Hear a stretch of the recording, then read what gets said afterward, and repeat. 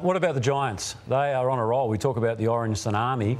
It's like a tidal wave at the moment. Well, we touched on what a great story Carlton have been. Well, this is as big a story of what the turnaround, bottom 5 on the ladder, or bottom 4 on the ladder, not that long ago, about 3 months ago. And their second quarter, TJ, they kicked 5 goals, 7 and 1 goal, 5. I don't see a weakness to them at all. I think their back line is as good as there is in the comp. Their midfield goes as deep as there is, and Jesse Hogan's playing brilliant footy, so they got the key forward. 8 shots a goal yesterday. Yeah, and previously they were a team that relied on talent. I think when they made the grand final, it was on certain individuals, but we're seeing them play collectively as a team now. Their roles are really specific.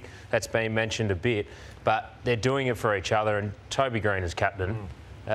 He's as good as I'm seeing at the moment. They were so good in tight. So in the clearances, around the stoppages, have a look at that. Plus 16 in clearances, plus 18 in contested possession. And what they did when they got those clearances in contested possession, their handball was sharp. I think they had 80 kicks and 89 handballs halfway through the second quarter. Port Adelaide couldn't handle it and they got on the outside. They kicked 7 points in a row at one stage, but they were outstanding last night. And I don't see too much of a weakness in them either. They missed a few goals, which they've done a couple of times this season, but their tightness was great.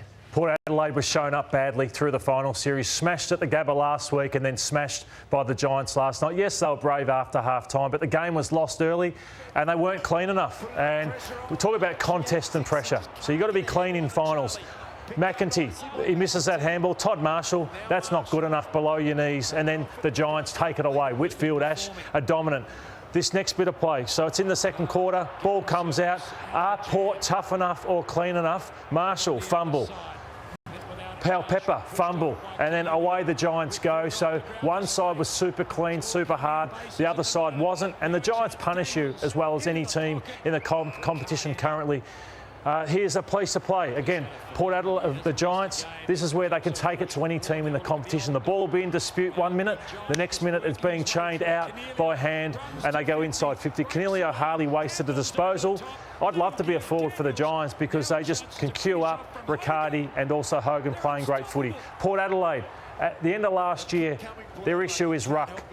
And Lysette gets subbed out again. So that's an issue. And their other issue was in defence, Trent McKenzie.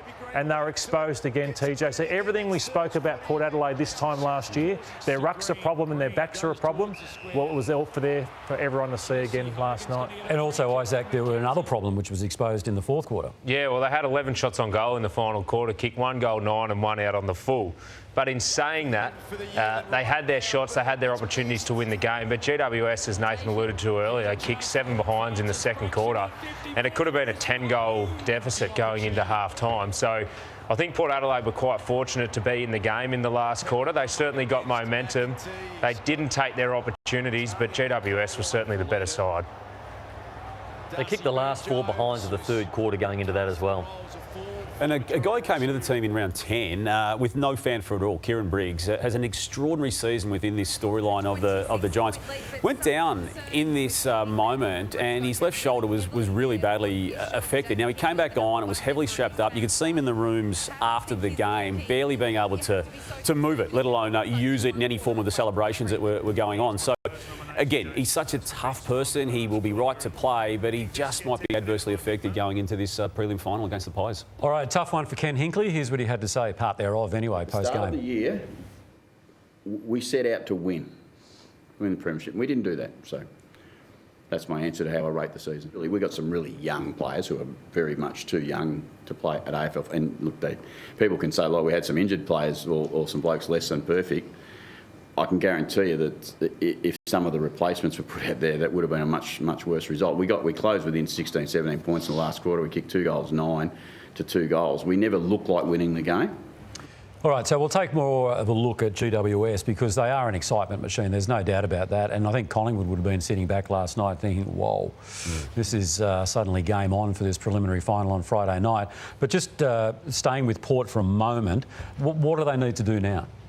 Well, we highlighted their, obviously, key backs, so they've got 2. Whether they are good enough, that's another story. So Zerk Thatcher is going there from the Bombers and Radigalia from the Cats again. Well, just on Radigalia, you played with him the last 2 years. What do you make of that acquisition? Yeah, well, it's certainly something that they're in need of. McKenzie is the guy that goes to the big forward, and he's probably just not big enough. He's got a skill set that would allow him to do other things if they can get a Radigalia or Zerk Thatcher or someone in.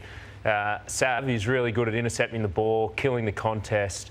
And then they've got some beautiful ball users down there in Houston and Farrell, Burton, who could work off someone like that. So there's certainly room for improvement. My thing with Port Adelaide is I'm not sure they manage the whole season that well. They come out flying every year, and it's hard because you want to win every game you play.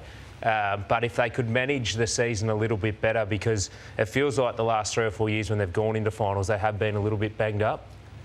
Yeah, no doubt. And Jordan Sweet is the ruck. So, unfortunately, TJ, they missed out on Grundy, who could be a top 5 ruck in the comp.